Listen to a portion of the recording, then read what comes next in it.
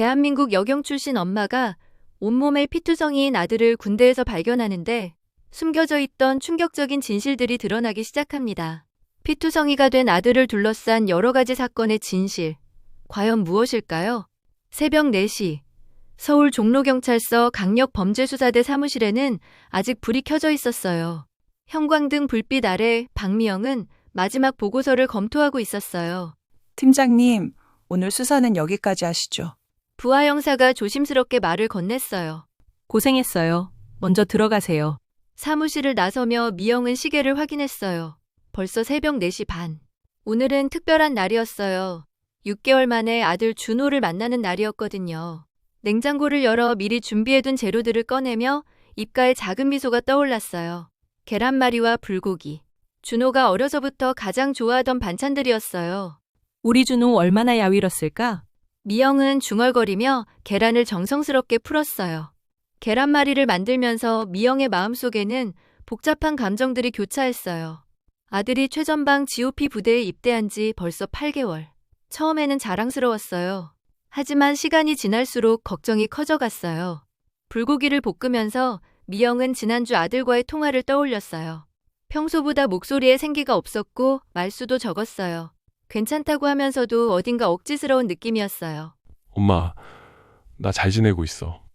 걱정하지 마. 그때 준호의 목소리에는 평소의 밝음이 없었어요. 대신 무언가를 숨기려는 듯한 조심스러운 톤이 느껴졌어요. 미영은 고개를 저으며 그런 생각을 떨쳐냈어요. 군 생활이 힘든 건 당연하지. 우리 준호도 이제 어엿한 군인이 되어가는 거야. 6개월 만에 보는 아들. 힘든 군 생활에 잠깐이라도 위로가 되었으면 좋겠어요. 도시락을 다 싸고 나서 미영은 시계를 봤어요. 아침 8시. 부대까지는 차로 2시간 거리였어요. 면회 시간에 맞춰가려면 이제 준비를 해야 했어요. 차를 타고 부대로 향하는 길. 미영은 준호에게 전화를 걸었어요. 면회에 나올 수 있는지 확인하려고요. 여보세요, 준호야. 엄마야. 엄마. 준호의 목소리는 여전히 어딘가 어색했어요. 평소라면 엄마 하고 반갑게 대답했을 텐데 오늘은 마치 남의 일처럼 차분했어요. 오늘 면회 가려고 하는데 괜찮지? 전화기 너머로 잠깐의 침묵이 흘렀어요. 그리고 준호의 대답이 들려왔어요. 엄마, 오늘은 오지 말아줘. 면회가 안 되는 날이야. 미영의 심장이 쿵 떨어지는 것 같았어요. 왜? 무슨 일이야? 그냥 부대 사정이 있어서. 다음 주에 와줘, 엄마. 준호의 목소리에는 간절함이 섞여 있었어요. 마치 정말로 오지 말아달라고 애원하는 것 같았어요. 전화를 끊고 난 후 미영은 핸들을 꽉 쥐었어요. 20년 동안 수사관으로 일해온 미영의 본능이 말하고 있었어요. 이건 그냥 넘어갈 일이 아니라고. 미영은 주행 중이던 차를 갓길에 세우고 깊게 숨을 쉬었어요. 강력범죄 수사대 팀장으로서 수많은 위기 상황을 헤쳐온 그녀였지만 지금 이 순간만큼은 그냥 걱정되는 어머니일 뿐이었어요. 아니야. 직접 가서 확인해보자. 미영은 다시 시동을 걸고 GOP 부대를 향해 차를 몰았어요. 조수석에 놓인 정성스럽게 싼 도시락이 흔들리고 있었어요. 미영이 최전방 GOP 부대에 도착한 것은 오전 11시였어요. 면회실로 들어서자 담당 하사가 접수를 받았어요. 어느 분을 면회하시나요? 박준호 이병입니다. 저는 어머니고요. 하사는 명단을 확인하더니 곤란한 표정을 지었어요. 박준호 이병은 현재 면회가 어려운 상황입니다. 왜요? 무슨 문제라도 있나요?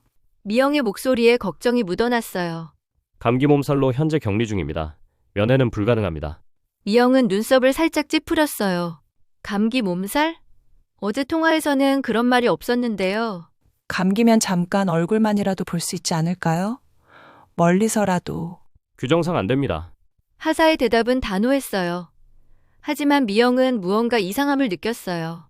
하사의 눈동자가 자꾸 뒤편을 향하고 있었거든요. 마치 누군가의 시선을 의식하는 것 같았어요. 미영이 시선을 돌려보자 면회실 뒤편에서 자신을 감시하고 있는 남자를 발견했어요. 부사관 계급장을 단 중년 남성이었는데 눈빛이 유독 매서웠어요. 그는 미영과 눈이 마주치자 고개를 돌렸지만 여전히 이쪽을 의식하고 있다는 걸 알 수 있었어요. 저 사람이 뭔가 관련이 있구나. 미영의 오랜 수사 경험이 직감적으로 말해주고 있었어요. 저 부사관이 이 상황의 중심에 있다는 것을요. 그럼 언제쯤 면회가 가능한가요? 일주일 정도는 격리해야 할 것 같습니다. 전염성이 있어서요. 하사의 대답은 너무나 준비된 것 같았어요. 마치 미리 연습한 대사를 하는 것처럼요. 알겠습니다. 그럼 이걸 전해주세요. 그녀는 정성스럽게 싼 도시락을 내밀었어요. 죄송하지만 격리 중이라 음식물 반입도 안 됩니다. 이번에도 단호한 거절이었어요. 미영은 도시락을 다시 가방에 넣으며 마음속으로 중얼거렸어요. 뭔가 숨기고 있어. 면회실을 나서면서 미영은 뒤를 돌아봤어요.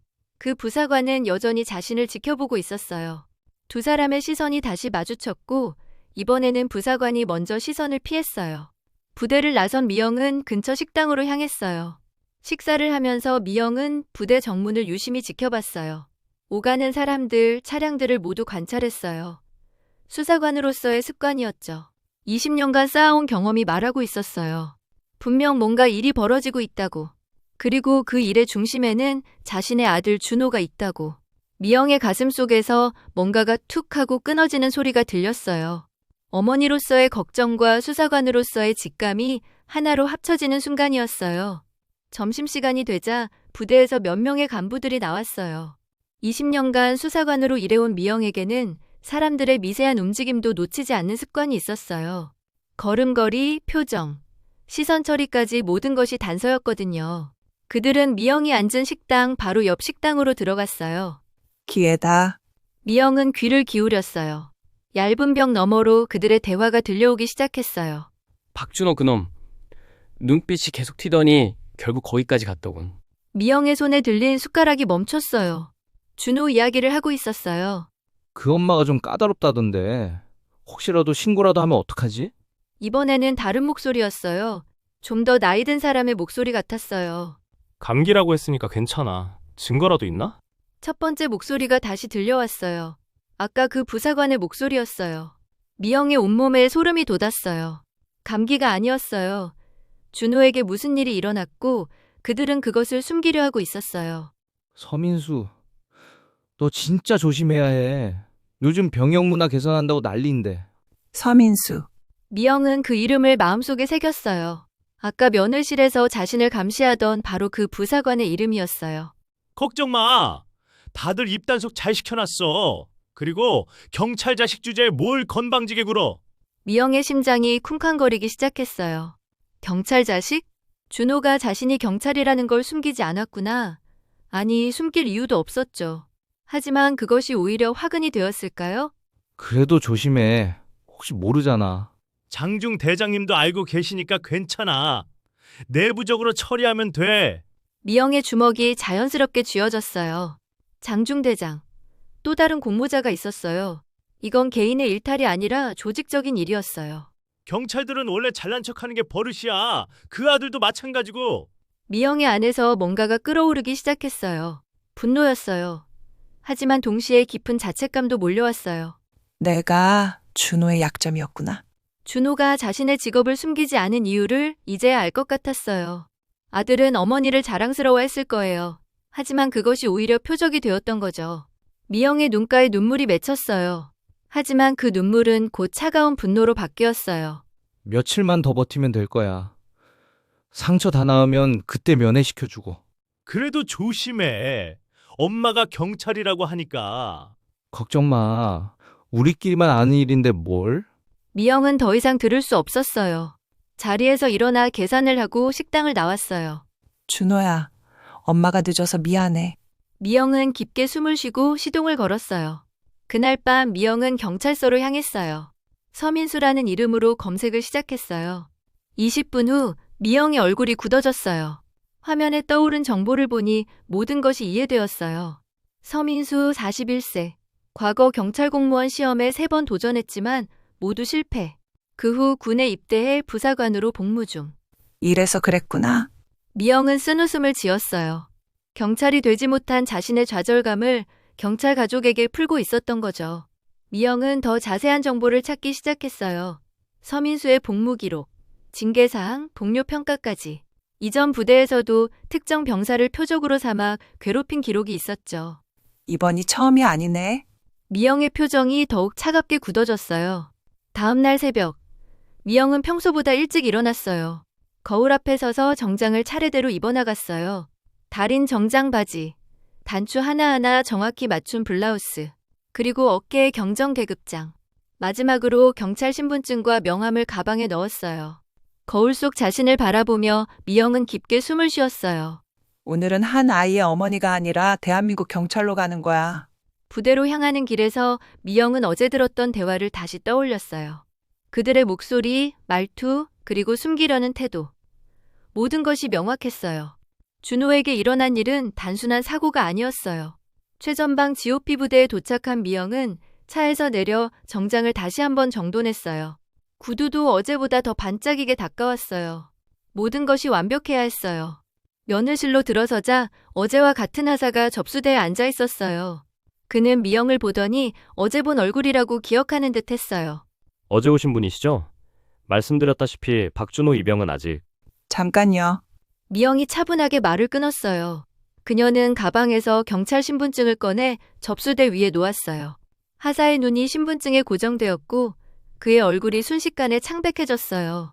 저는 서울지방경찰청 강력범죄수사대 팀장 박미영 경정입니다. 하사는 몇 번 눈을 깜빡이더니 황급히 자리에서 일어났어요. 경정님. 지금부터 이 부대의 병영 환경에 대해 직접 조사하겠습니다. 박준호 이병의 면회를 요청합니다. 그런데 경정님, 저희는 육군부대라서. 제가 묻는 것은 군간의 예의가 아닙니다. 한 병사의 어머니로서 그리고 대한민국 경찰관으로서 정당한 요구를 하는 것입니다. 미영의 목소리는 차분했지만 위협적이었어요. 수많은 범죄자들을 상대해온 수사관의 카리스마가 묻어났어요. 하사는 어쩔 줄 몰라 하며 뒤를 돌아봤어요. 어제 봤던 서민수 부사관이 면회실 뒤편에서 이 상황을 지켜보고 있었어요. 그도 미영의 계급장을 보고는 당황하는 기색이 역력했어요. 서민수 부사관님을 불러주시겠습니까? 하사는 깜짝 놀랐어요. 어떻게 부사관님 성함을. 경찰은 필요한 정보를 미리 파악하는 법입니다. 서민수가 마지못해 앞으로 나왔어요. 그의 얼굴에는 식은땀이 배어 있었어요. 미영의 눈빛이 차갑게 빛났어요. 드디어 직접 대면하는 순간이었어요. 경정님, 저희 부대 무슨 일로? 그의 목소리는 떨리고 있었어요. 어제까지만 해도 당당했던 모습은 온데간데 없었죠. 서민수 부사관. 어제 박준호 이병이 감기 몸살로 격리되었다고 들었습니다. 정확한 상황을 설명해 주시죠. 서민수는 잠깐 말을 더듬었어요. 그게 며칠 전부터 몸살 기운이 있어서. 의무대 진료 기록은 어디 있습니까? 진료 기록이요? 감기 몸살이면 당연히 의무대 진료를 받았을 텐데 그 기록을 보여주시죠. 서민수의 얼굴이 더욱 창백해졌어요. 진료 기록 같은 건 있을 리 없었거든요. 모든 게 거짓말이었으니까요. 이때 장기훈 중대장이 급하게 면회실로 뛰어들어왔어요. 하사가 급히 연락을 한 모양이었어요. 경정님, 이게 무슨... 중대장님이시군요. 저는 박준호 이병의 어머니입니다. 동시에 서울지방경찰청 강력범죄수사대 팀장이기도 하고요. 장기훈 중대장도 상황을 파악하고는 당황했어요. 경정님, 이건 군 내부 사항이라. 내 아들이 폭행당했습니다. 미영의 목소리가 한 옥타브 낮아졌어요. 그리고 당신들은 그것을 감기 몸살이라고 거짓말하고 있습니다. 면회실이 순간 조용해졌어요. 다른 면회객들과 보호자들도 모두 이쪽을 바라보고 있었어요. 경정님, 그런 일은 절대... 내가 직접 확인하겠습니다. 지금 당장 박준호 이병을 데려와 주시기 바랍니다. 미영의 명령조 목소리에 주변 분위기가 더욱 긴장되었어요. 장기훈 중대장과 서민수 부사관은 서로 눈치를 보며 망설였어요. 혹시 확신이 서지 않으신다면 지금 당장 국방부에 연락해서 확인해 보시죠. 서울지방경찰청 강력범죄수사대 팀장 박미영이 여기 와 있다고요. 장기훈 중대장은 더 이상 버틸 수 없다는 걸 알았어요. 알겠습니다. 잠시만 기다려 주십시오. 5분 드리겠습니다. 미영은 의자에 앉아 시계를 확인했어요. 주변 사람들은 모두 숨을 죽이고 상황을 지켜보고 있었어요. 경정 계급장을 단 여경이 자신의 아들 때문에 직접 나타난 상황이었으니까요. 3분 후 면회실 문이 열렸어요. 그리고 미영이 그토록 보고 싶어 했던 준호가 나타났어요. 하지만 준호의 모습을 본 순간 미영은 말문이 막혔어요. 왼쪽 뺨에는 선명한 멍자국이 있었고 입술 한쪽이 터져서 아직 아물지 않은 상태였어요. 걸음걸이도 어딘가 부자연스러웠어요. 엄마, 준호가 작은 목소리로 말했어요. 미영의 눈에서 눈물이 흘러내렸어요. 경정이었지만 이 순간만큼은 그냥 상처받은 아들을 본 어머니일 뿐이었어요. 준호야, 미영의 목소리가 떨렸어요. 면회실 안에 모든 사람들이 이 모자의 재회를 지켜보고 있었어요. 그리고 모두가 알 수 있었어요. 무슨 일이 벌어졌는지를요. 엄마, 나 괜찮아. 그냥 훈련 중에. 준호가 억지로 미소를 지으며 말했어요. 하지만 그의 목소리는 떨리고 있었고 눈동자는 불안하게 흔들리고 있었어요. 미영은 천천히 일어나 준호에게 다가갔어요. 가까이서 본 아들의 얼굴은 더욱 참담했어요. 왼쪽 관자놀이 부근에도 희미한 멍자국이 있었고 목 뒤쪽에는 손가락 자국 같은 것도 보였어요. 준호야, 엄마 눈을 봐. 미영이 부드럽게 말했어요. 훈련 중에 그렇게 맞았다고 말할 수 있어? 준호는 고개를 돌리며 대답을 피했어요. 그러나 그의 시선이 면회실 뒤편으로 향하는 것을 미영은 놓치지 않았어요. 서민수가 서 있는 곳이었어요. 그 순간 미영은 모든 것을 이해했어요. 준호는 지금도 두려워하고 있었어요. 진실을 말하는 것 자체를요. 준호야, 이제 괜찮아. 엄마가 여기 있으니까. 미영이 준호의 손을 잡으며 속삭였어요. 하지만 준호는 여전히 입을 꾹 다물고 있었어요. 대신 그의 눈동자가 서민수를 향해 떨리고 있는 것이 모든 걸 말해주고 있었어요. 미영은 돌아서서 서민수를 정면으로 바라봤어요. 20년 수사 경험이 말하고 있었어요. 저 사람이 범인이라고. 서민수 부사관, 설명해 주시죠. 어떤 훈련에서 병사가 이런 상처를 입게 됩니까? 그게 격투 훈련 중에 실수로. 서민수가 더듬거리며 대답했어요. 격투 훈련? 미영의 목소리에 차가운 기운이 돌았어요. 언제? 어디서? 누구와 했는지 구체적으로 말씀해 주시죠. 서민수는 말문이 막혔어요. 급조한 거짓말이라 구체적인 디테일이 없었거든요. 이때 면회실 뒤편에서 한 병사가 조용히 다가왔어요. 준호와 같은 기수인 듯 보이는 젊은 병사였어요. 경정님, 그 병사가 떨리는 목소리로 말했어요. 저 말씀드릴 게 있습니다. 장기훈 중대장이 화들짝 놀라며 그 병사를 제지하려 했어요. 김성훈, 너 뭐 하는 거야?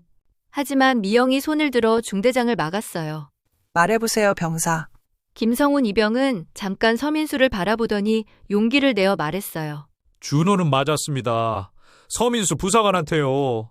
면회실이 순간 정적에 휩싸였어요. 다른 면회객들도 모두 숨을 죽이고 상황을 지켜보고 있었어요. 언제요? 미영이 차분하게 물었어요. 사흘 전 저녁이었습니다. 준호가 부당한 일에 항의했는데. 김성훈, 당장 입 닥쳐!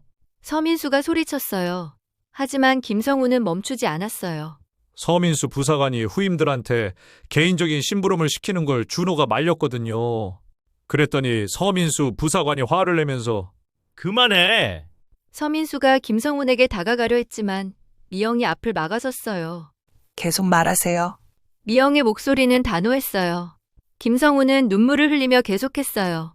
준호를 별도로 불러서 주먹으로 때렸습니다. 여러 대요. 그리고 다른 애들한테는 입 다물라고 협박했어요. 미영은 준호를 바라봤어요. 준호는 고개를 숙이고 있었지만 더 이상 부인하지 않았어요. 준호야, 이제 말해줄 수 있겠니? 준호가 천천히 고개를 들었어요. 그의 눈에도 눈물이 맺혀 있었어요. 엄마, 미안해요. 엄마가 경찰이라는 걸 절대 말할 수 없었어요. 왜? 말하면 더 괴롭혀질 것 같았어요. 경찰 자식이 뭘 잘난다고 나댄다면서 더 심하게 당할 것 같았거든요. 미영의 가슴이 먹먹해졌어요. 아들이 자신을 보호하려고 혼자 견뎠다는 사실이 더욱 가슴 아팠어요. 그래서 혼자 참았구나. 네, 죄송해요, 엄마. 미영은 준호를 꼭 안아주고 싶었지만 지금은 그보다 더 중요한 일이 있었어요. 이런 일이 다시는 일어나지 않도록 하는 것이요. 그녀는 서민수를 바라봤어요. 서민수 부사관, 이제 진실을 말씀해 주시죠. 서민수는 이미 변명할 여지가 없다는 걸 알고 있었어요. 김성훈의 증언과 준호의 상처가 모든 걸 증명하고 있었으니까요. 미영의 눈빛이 얼음처럼 차가워졌어요. 수사관 박미영이 본격적으로 움직이기 시작한 순간이었어요. 지금부터 이 부대의 모든 간부를 소집하겠습니다. 미영이 장기훈 중대장을 향해 말했어요. 그리고 이런 일이 또 있었는지 전수조사하겠습니다. 장기훈 중대장의 얼굴이 하얗게 질렸어요. 경정님, 이건 군대 지휘 계통이 지휘 계통이 문제가 아닙니다. 대한민국 국민으로서의 기본이 문제입니다. 미영의 목소리에는 더 이상 개인적인 감정이 없었어요. 오직 수사관으로서의 냉철함만 남아 있었어요. 30분 안에 모든 간부를 회의실에 집합시켜 주시기 바랍니다. 그리고 최근 3개월간 징계받은 병사들의 명단도 준비해 주세요. 면회실 안에 다른 부모들도 이 상황을 지켜보며 웅성거리기 시작했어요. 누군가는 휴대폰으로 이 상황을 촬영하기도 했어요. 미영은 준호의 어깨에 손을 올리며 말했어요. 이제 괜찮아. 준호야. 엄마가 모든 걸 바로잡을 테니까. 그리고 서민수를 마지막으로 바라보며 차가운 목소리로 말했어요. 서민수 부사관. 당신은 지금부터 군검찰에 신고될 예정입니다. 그 전까지 어떤 병사에게도 접근하지 마십시오. 30분 후 GOP 부대 회의실에는 모든 간부들이 긴장한 채로 앉아 있었어요. 소대장, 분대장, 각 보직 간부들까지 총 12명이 모였어요. 회의실 앞쪽에는 미영이 서 있었고 그녀의 경정 계급장이 형광등 불빛에 번뜩이고 있었어요. 먼저 자기소개를 하겠습니다. 미영이 차분하게 말을 시작했어요. 저는 서울지방경찰청 강력범죄수사대 팀장 박미영 경정입니다. 동시에 박준호 이병의 어머니이기도 합니다. 간부들 사이로 작은 술렁임이 일었어요. 몇몇은 이미 소문을 들었겠지만 처음 듣는 사람들은 충격을 받은 기색이었어요. 오늘 이 자리에 온 이유는 단순합니다. 제 아들이 부당한 폭력을 당했고 그것이 은폐되고 있다는 사실을 확인했기 때문입니다. 장기훈 중대장이 조심스럽게 입을 열었어요. 경정님, 혹시 오해가 있으신 것은 아닌지? 오해? 미영의 눈빛이 날카로워졌어요. 그럼 제가 직접 본 아들의 상처들도 오해입니까? 회의실이 조용해졌어요. 미영은 가방에서 준비해온 사진들을 펼쳤어요. 준호의 상처 부위를 촬영한 사진들이었어요. 왼쪽 뺨에 멍, 터진 입술, 목 뒤에 손가락 자국. 이것들이 훈련 중 생긴 상처라고 보십니까? 간부들은 아무도 대답하지 못했어요. 사진 속 상처들은 명백히 폭행의 흔적이었어요. 이때 정우진 소대장이 조심스럽게 손을 들었어요. 경정님, 말씀드릴 게 있습니다. 말해보십시오. 정우진은 잠깐 주변을 둘러보더니 용기를 내어 말했어요. 죄송합니다.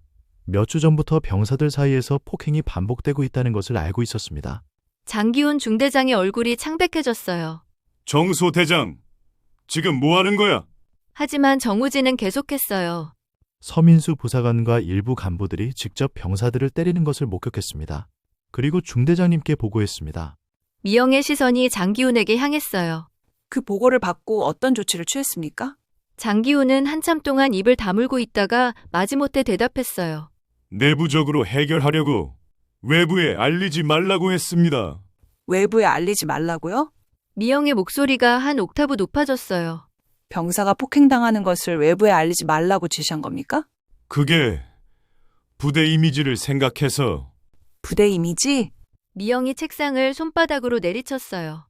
병사들의 안전보다 부대 이미지가 더 중요하다는 말입니까? 회의실이 완전히 조용해졌어요. 미영의 분노가 절정에 달한 것을 모두가 느낄 수 있었어요.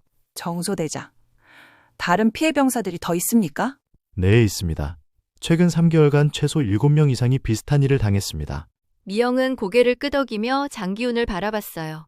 중대장님, 피해 병사들의 명단을 지금 당장 작성해 주시기 바랍니다. 그리고 그 부모님들께 연락을 드려야겠습니다.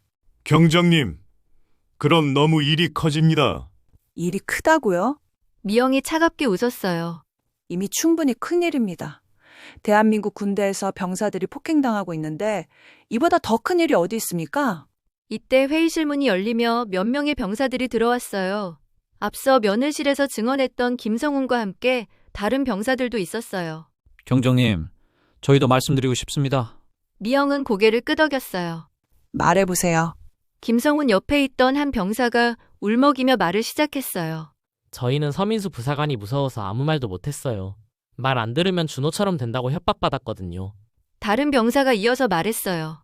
준호가 막아서고 나서부터 서민수 부사관이 다른 애들한테도 입 벌리면 준호보다 더 심하게 해준다고 했어요. 미영의 주먹이 자연스럽게 쥐어졌어요. 준호가 다른 병사들을 위협하는 도구로 이용되고 있었다는 사실이 더욱 분노를 자극했어요. 또 다른 피해 사례가 있으면 말해보세요. 세 번째 병사가 소매를 걷어올렸어요. 팔뚝에 멍자국이 선명하게 보였어요. 일주일 전에 당했습니다. 청소를 제대로 안 했다고. 네 번째 병사도 이마에 상처를 가리키며 말했어요. 저는 열흘 전에 면회온 부모님한테 말하려고 했는데 서민수 부사관이 알고는. 미영은 더 이상 들을 수 없었어요. 상황이 생각했던 것보다 훨씬 심각했어요. 정소대장. 이런 상황들을 언제부터 알고 계셨습니까? 한 달 전쯤부터입니다. 처음에는 개별 사건들인 줄 알았는데 나중에 보니 조직적이었습니다. 조직적이라는 게 무슨 의미입니까? 정우진이 망설이다가 말했어요. 서민수 부사관뿐만 아니라 다른 간부들도 알고 있었습니다. 그리고 서로 눈 감아주고 있었습니다. 미영의 시선이 회의실 안에 모든 간부들을 훑었어요. 몇몇은 고개를 숙이고 있었고 몇몇은 시선을 피하고 있었어요. 지금 이 자리에 있는 간부 중에서 이런 일들을 알고도 모른 척한 사람이 또 있습니까? 긴 침묵이 흘렀어요. 마침내 한 분대장이 떨리는 목소리로 말했어요. 저도 알고 있었습니다. 하지만 감히 말을 못했습니다. 왜 못했습니까? 서민수 부사관이 선임이고 그리고 중대장님도 조용히 하라고 하셔서. 미영은 깊게 숨을 쉬었어요. 문제는 서민수 개인이 아니었어요. 부대 전체의 시스템이 썩어 있었던 것이에요. 이제 모든 게 명확해졌어요. 미영이 차분하지만 단호한 목소리로 말했어요. 지금부터 이 부대에 대한 전면적인 조사가 시작될 것입니다. 회의실 안에 모든 사람들이 미영을 바라봤어요. 진짜 폭풍이 시작되려 하고 있었어요.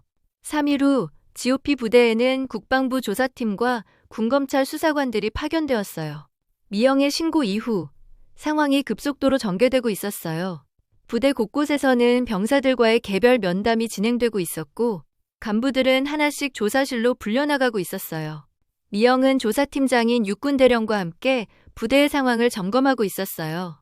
조사가 시작된 지 사흘 만에 추가 피해 사례들이 속속 드러나고 있었어요.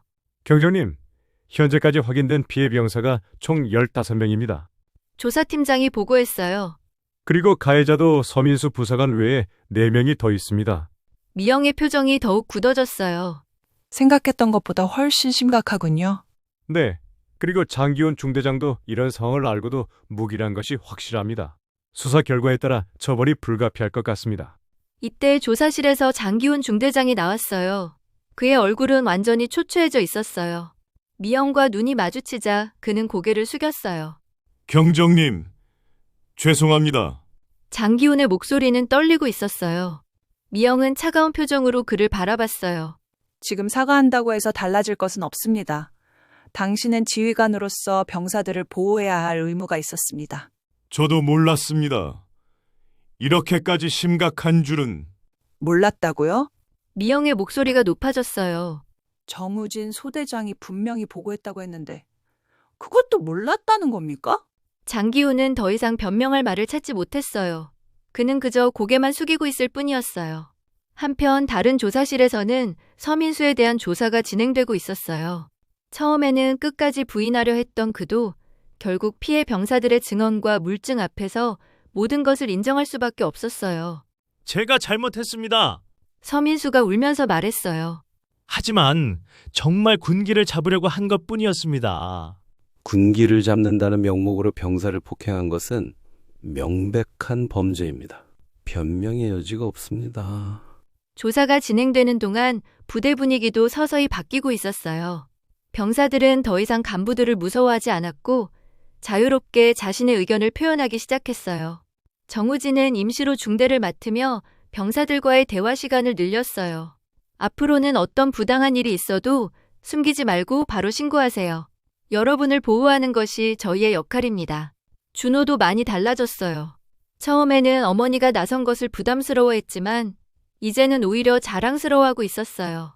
엄마 덕분에 다른 후임들도 구할 수 있었어요. 준호가 미영에게 말했어요. 이제 부대 분위기가 완전히 바뀌었어요. 모든 간부들이 병사들한테 친절하게 대해주세요. 미영은 아들의 말에 조금은 위안을 받았어요. 하지만 아직 끝나지 않았다는 것을 알고 있었어요. 진짜 변화는 시스템이 바뀔 때 일어나는 것이니까요. 며칠 후 조사 결과가 발표되었어요. 서민수와 다른 가해 간부 4명은 군법재판에 회부되었고 장기훈 중대장은 직위 해제되었어요. 또한 부대 전체에 대한 병영문화 혁신 프로그램이 시행되기로 결정되었어요. 미영은 마지막으로 부대를 방문해 병사들과 만났어요. 강당에 모인 150여 명의 병사들 앞에서 그녀는 말했어요. 여러분이 용기를 내어 진실을 말해준 덕분에 이런 변화가 가능했습니다. 미영의 목소리는 따뜻했지만 힘이 있었어요. 앞으로는 이런 일이 다시는 일어나지 않을 것입니다. 제가 약속드립니다. 병사들은 뜨거운 박수로 응답했어요. 그들의 얼굴에는 이전과는 다른 밝음이 있었어요. 미영은 계속해서 말했어요. 군대는 명령으로 움직이지만 정의와 용기로 유지됩니다. 여러분 모두가 그 정의와 용기를 보여주었습니다. 강당 한쪽에서 준호가 어머니를 바라보며 눈물을 흘리고 있었어요. 그리고 다른 병사들도 감동받은 표정으로 미영의 말을 듣고 있었어요. 연설이 끝나고 미영은 준호와 함께 부대를 나섰어요. 차에 타면서 준호가 말했어요. 엄마, 정말 고마워요. 엄마가 아니었다면 이런 변화는 불가능했을 거예요. 미영은 아들의 손을 잡으며 대답했어요. 준호야, 이제 진짜 시작이야. 우리가 만든 변화가 다른 부대로도 퍼져나가야 해. 차창 밖으로 GOP 부대가 멀어져 가고 있었어요. 하지만 그곳에서 시작된 변화는 이제 막 시작되었을 뿐이었어요. 그날 저녁 뉴스에서는 이 사건이 크게 보도되었어요. 경정 어머니, 아들 폭행 사건 직접 해결, 병영문화 혁신의 새로운 전환점. 이런 제목으로 연일 보도되었어요. 미영은 뉴스를 보면서 생각했어요. 이제 정말로 군대가 바뀔 수 있을까? 하지만 그녀는 확신했어요. 변화는 이미 시작되었고 돌이킬 수 없는 흐름이 되었다는 것을요. 6개월 후 GOP 부대는 완전히 다른 모습이었어요. 국방부의 전면 감사와 병영문화 혁신 모범부대로 지정되면서 모든 것이 바뀌었어요. 서민수와 가해 간부들은 군법 재판에서 유죄 판결을 받았고 정우진은 그의 용기 있는 내부 고발을 인정받아 국방부 병영혁신팀에 발탁되었어요. 새로 부임한 대대장은 첫 부대 훈시에서 이렇게 말했어요. 이 부대에서 벌어진 일은 고립된 사고가 아닙니다. 우리가 바뀌면 군 전체가 바뀔 수 있습니다. 병사들은 고개를 끄덕였고 누군가는 울었어요. 진정한 변화가 시작되고 있다는 것을 모두가 느낄 수 있었어요. 준호는 회복 후 부대에 복귀했어요. 이제 그는 사람들의 시선을 두려워하지 않았어요. 오히려 후임들에게 먼저 다가가 말을 걸었고 어려움이 있으면 언제든 도움을 청하라고 격려했어요. 어느 날 면회 온 미영에게 준호가 말했어요. 엄마, 저도 누군가를 지킬 수 있는 사람이 되고 싶어요. 엄마처럼요. 미영은 웃으며 아들의 손을 꼭 잡았어요. 그 말 엄마가 평생 기다렸단다. 1년이 지났어요. 서울경찰청에서는 전국경찰관 교육 세미나가 열리고 있었어요. 미영이 특강 강사로 초청되었고 그녀의 강연은 전국에 생중계되었어요. 존경하는 동료 경찰관 여러분. 미영이 연단에서 차분하게 말을 시작했어요. 1년 전 한 아이의 어머니로서 이 무대에 서게 되었습니다. 청중들은 조용히 그녀의 말에 귀를 기울였어요. 그때 저는 분노했습니다. 제 아들이 당한 일 때문에요. 하지만 지금은 희망을 갖고 있습니다. 그 사건이 가져온 변화 때문입니다. 미영은 화면에 통계 자료를 띄웠어요. 지난 1년간 전국에서 보고된 군대 내 폭행 사건이 60% 감소했습니다. 그리고 병사들의 부대 만족도는 35% 증가했습니다. 청중석에서 박수가 터져나왔어요. 하지만 숫자보다 더 중요한 것은 마음의 변화입니다. 이제 우리 병사들은 두려움 대신 자부심을 갖고 복무하고 있습니다. 연단 뒤편에는 경찰복을 입은 준호가 조용히 박수를 치고 있었어요. 그는 전역 후 경찰이 되어 어머니와 같은 길을 걸어가고 있었어요. 변화는 위에서 시작되지만 아래에서 완성됩니다. 모든 사람들이 약자의 목소리에 귀를 기울일 때 진정한 정의가 실현됩니다. 그녀의 목소리에는 확신이 담겨 있었어요. 지난 1년간의 변화를 직접 목격했기 때문이었어요. 정의는 명령으로 만들어지지 않습니다. 용기로 지켜집니다.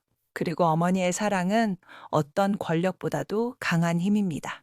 연설이 끝나자 청중들은 일어서서 박수를 보냈어요. 준호도 눈물을 흘리며 어머니를 바라보고 있었어요. 행사가 끝난 뒤 어머니와 아들은 경찰청 앞 벤치에 나란히 앉았어요. 엄마는 왜 경찰이 됐어요? 미영은 조용히 웃으며 대답했어요. 누군가를 지키기 위해서였지. 그리고 너를 지킨 그 순간 난 경찰로서도 엄마로서도 가장 강해졌단다. 준호는 어머니의 어깨에 기대며 말했어요. 엄마, 저도 이제 알 것 같아요. 진짜 강한 사람이 뭔지.